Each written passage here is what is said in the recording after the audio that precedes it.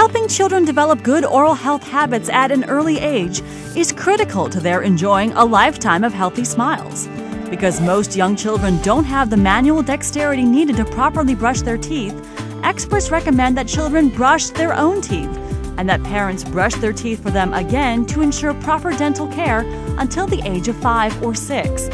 One of the most effective agents for preventing tooth decay is the mineral fluoride, which incorporates itself into tooth enamel, making it more resistant to acid attack from plaque bacteria.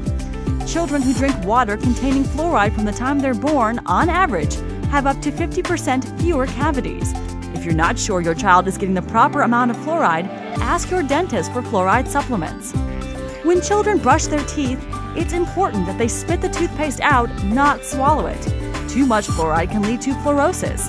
In mild cases, there may be a few white flecks or small pits on the enamel of the teeth. In more severe cases, there may be brown stains. A lifetime of healthy teeth begins with early prevention and examinations.